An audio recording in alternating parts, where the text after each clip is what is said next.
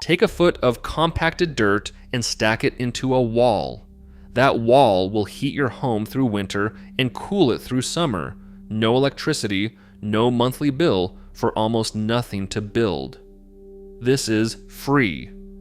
Between 30 and 40 million people in northern China already live this way, paying 77% less for energy than neighbors in standard homes. Oak Ridge National Laboratory tested a wall like this and found it outperforming its official rating by nearly double. That rating came from a test written by Owens Corning, the company making the fiberglass insulation inside your walls right now. What follows is how this works, how it got buried, and what it would take to build it. 9,500 years ago, a city of 8,000 people existed in what is now south-central Turkey. Catalhoyuk was not a village, but a fully functioning urban settlement, excavated by Cambridge and Stanford archaeologists. Its walls were thick on purpose.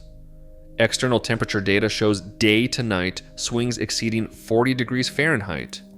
Inside, the swing was under 12 degrees Fahrenheit. The outside swung 40 degrees. Inside, barely arc a ripple. The Alhambra Palace in Granada was built in 1238. University of Granada researchers confirmed the interior holds 68 to 72 degrees year-round, while the exterior swings from 32 to 95 degrees Fahrenheit, 63 degrees of swing outside, 4 degrees inside. Your air conditioning system needs replacing in 15 years. That wall is still working after 800 years. Turkey, Spain, China, thousands of miles apart, thousands of years apart, each arriving at the same answer. Whether this works was never the question. The question is what changed in the 20th century that convinced an entire industry it was worth making sure you never found out. Every material has two thermal properties. The first is resistance, R value. For example, fiberglass has an R value of 3.5 per inch.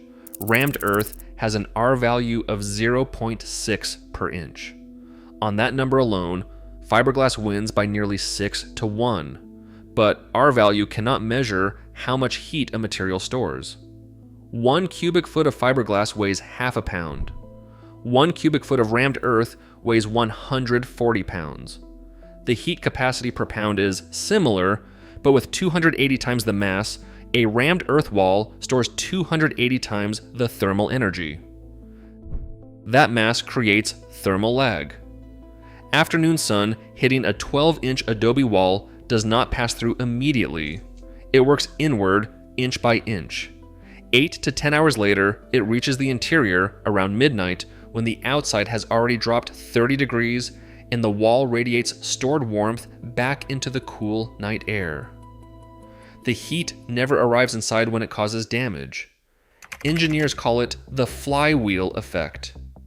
The wall does not block heat, it reschedules it. Fiberglass resists at the same flat rate at 2 in the afternoon as at 2 in the morning, a static answer to a problem that never stops moving. If your bill is $300 a month, that mismatch is a large part of why. In 1938, Owens Corning patented fiberglass insulation. The product existed. What it needed was a standard that would make it the obvious winner. The R value was that standard, measuring resistance under steady state lab conditions with temperature never cycling. Under those conditions, fiberglass performs well. Under those same conditions, thermal mass's core advantage, absorbing and delaying heat across a real temperature cycle, does not register as a measurable quantity. The test was not built to detect it. Through the 1940s and the 50s, R value became embedded in Federal Housing Administration mortgage standards. That agency underwrote the post-war housing boom, and its requirements were effectively national law. A home that failed them could not be financed and could not be sold. The mortgage system became the enforcement arm of a metric written by the manufacturers of its top-scoring product. In 1975, ASHRAE Standard 90, The first National Building Energy Code defined thermal performance entirely in R-value terms. The drafting committee was dominated by insulation manufacturers. There was no earth construction seat at the table. Arizona banned Adobe outright for 2 years because it could not prove R-value compliance. A technique over 10,000 years old was made illegal by a test that was never designed to evaluate it. Cobb construction got no U.S. code pathway until 2021. Oak Ridge National Laboratory tested mass wall construction through real seasonal conditions. A rammed earth wall rated R13 delivered savings matching a conventional wall rated R25. The metric had undercounted its performance by nearly half. The Department of Energy published the results. The building code did not change. Australia's CSIRO in 2007 reported a 70% reduction in heating energy with interior daily swings of 4 to 6 degrees versus 20 to 25 in timber frames. The IEA reviewed 400 studies across dozens of climates in 2018 and found mass buildings use 50 to 70% less energy than insulation-only construction. The wall was never disproven. It was filed away. $200. That is a full year of heating in a house built from the ground beneath it. David Easton started Rammed Earthworks in Napa, California in 1978.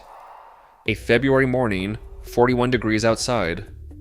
Inside one of his homes, the warmth does not come from a vent. It radiates from the walls themselves, releasing heat absorbed from yesterday's sun. No furnace. Last winter's bill was under $200. The neighbor in a same-size house paid over $1,800. Press your hand to the south wall. Cool. The sun is hitting its exterior right now, but that heat will not reach the inside until after midnight when the house needs it. The wall is not fighting the sun. It is rescheduling it. The company that sells insulation designed the performance test. The mortgage industry shaped the appraisal system. The energy sector had a seat at the table when the building code was written. The wall that would have removed your home from all 3 revenue streams was quietly labeled non-standard and left off the approved list. The material is already under your feet. The only thing between you and a house that heats itself is a rulebook written by the people who profit from the alternative.